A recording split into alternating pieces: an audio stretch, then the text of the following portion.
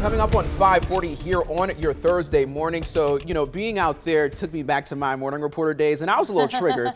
I love reporting in Central Georgia, but that cold, it was not fun. I saw you were all kind of bundled up, but at least it was yesterday and not this morning when it's just that much colder. Shout out to the Middle Georgia Community Food Bank. One of their employees actually went inside and bought some gloves and was like, hey, would you like these? And I was like, thank you so much. Yeah, and just be glad it wasn't the day before either, because it was still cool, but it would have the rain, the fog, the wind. It was just, it actually ended up being a great day for it. Here's a live look over downtown Macon, where it is colder across the area this morning. Some 10 degrees colder in a few spots. 37 the current number.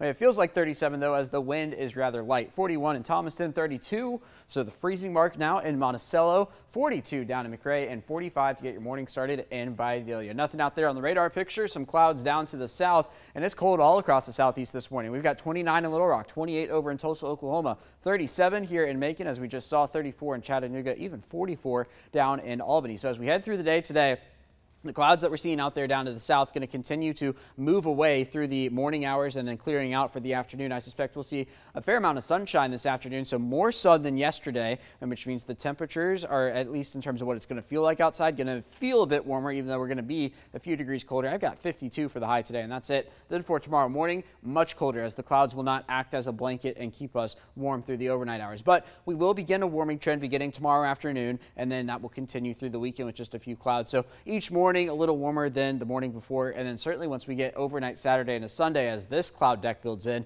we will be looking at temperatures just a bit warmer. Now, that cloud deck is ahead of the system that you just saw down here to the south. I do think all of the rain stays down to the south. I don't have a rain chance on the weekend.